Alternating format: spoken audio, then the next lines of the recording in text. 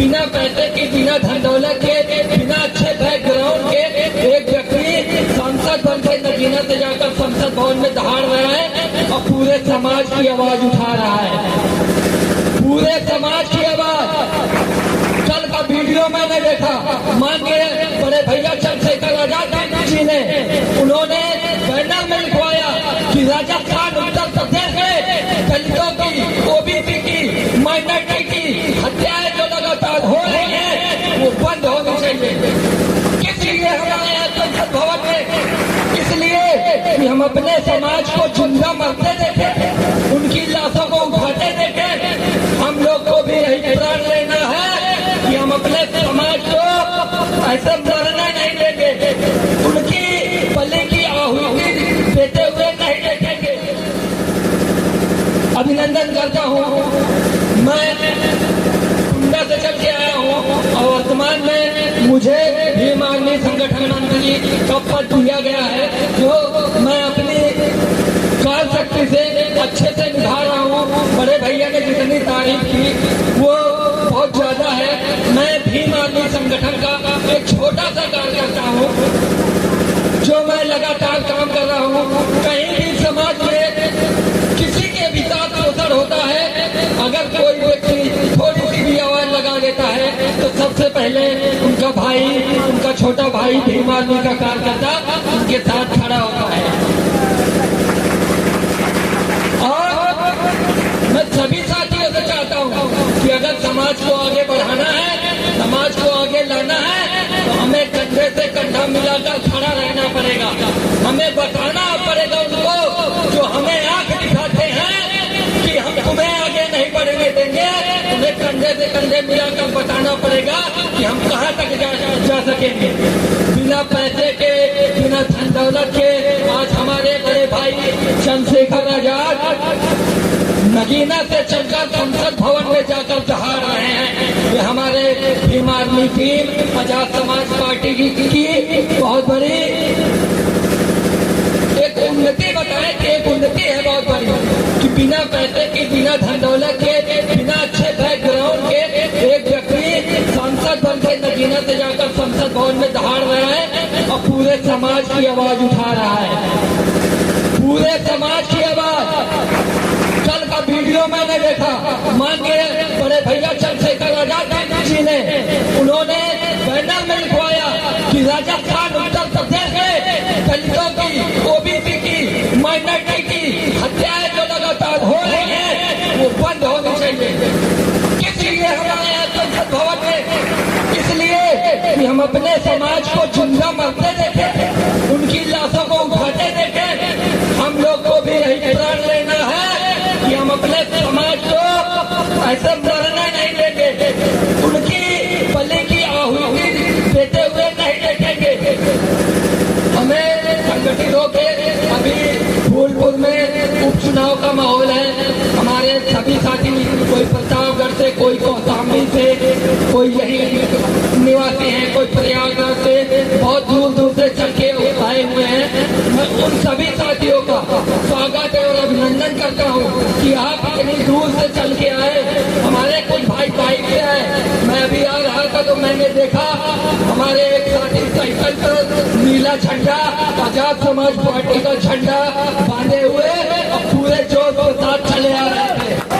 मैं उनका भी स्वागत करता हूँ।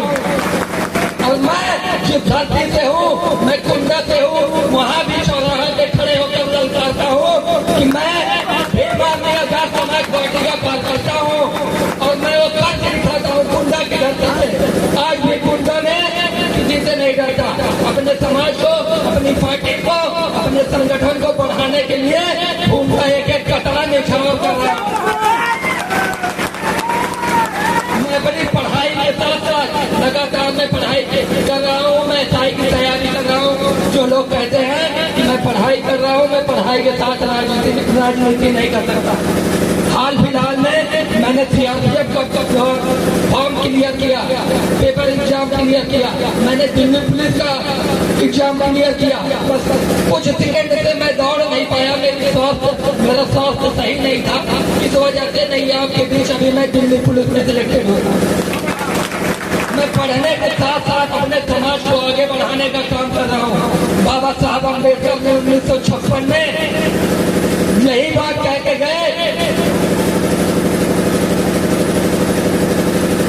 बाबा साहब अम्बेडकर ने 1956 में यह कहा, उनका आखिरी शब्द यह था कि मुझे मेरे अनपढ़ समाज ने धोखा नहीं दिया, मुझे मेरे पढ़े लिखे समाज ने धोखा दिया है।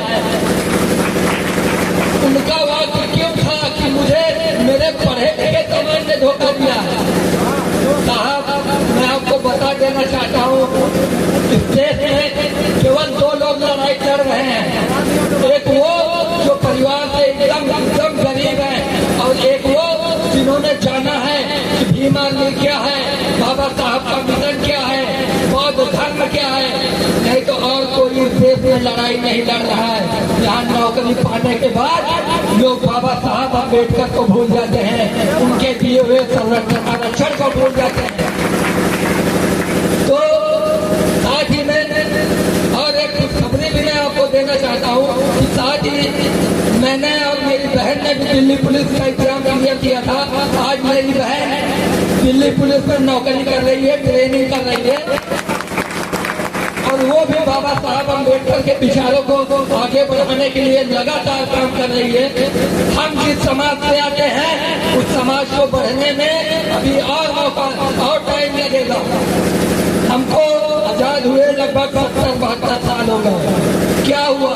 बाबा साहब अम्बेडकर ने संविधान में लिखा, हमें मूल अधिकार दिया, अनुच्छेद 15 दिया कि जाति, धर्म, नस्ल आदि के आधार पर हमारे साथ भेदभाव नहीं किया जाएगा। भेदभाव हो रहा है ना, आप लोग देख रहे हैं, लगातार भेदभाव हो रहा है। जाति सूचक गालियां कोई नहीं देगा। अस्पृश्यता का अंत लिखा गया है अनुच्छेद 17 में कि छुआछूत किसी के साथ नहीं किया जाएगा। लगातार छुआछूत हो रही है, इसे निभाएगा कौन? इसे समाप्त कौन करेगा? इसकी जिम्मेदारी किसकी है? इसकी जिम्मेदारी हमारी है। आज हम और आप आए हैं तो कुछ बात हमारे और आपके बीच हो रही है कि ये छुआछूत, ये असमानताएं जो हमारे समाज को झेलनी पड़ रही है, अगर हम पढ़ लिख रहे हैं तो उसे हम नहीं खत्म करेंगे तो और कौन खत्म करेगा? हम लगातार उसे खत्म करने का प्रयास कर रहे हैं। और आज माननीय बड़े भैया चंद्रशेखर जी का आगमन हो रहा है फूलपुर में, तो जितने साथी हैं आप बैठने के साथ साथ हमारा ये भी कर्तव्य है कि व्यवस्थाएं भी हम देखें। मैं लगातार घूम रहा हूँ, टहल रहा हूँ, आपका भी ये कर्तव्य है कि कोई अव्यवस्था न होने पाए। जितना हो सके उतना मैनेज कीजिए आप लोग, क्योंकि संचालक बहुत से कामों में बिजी रहता है। आप लोग भी इसमें सहयोग करेंगे तो ज्यादा अच्छी बात होगी। इसी के साथ मैं अपनी वाणी को विराम देता हूँ। जय भीम, जय संविधान, नमो बुद्धाय। बहुत बहुत धन्यवाद साथियों। अभी भाई साहब ने थोड़ा समय जरूर लिया उन्होंने।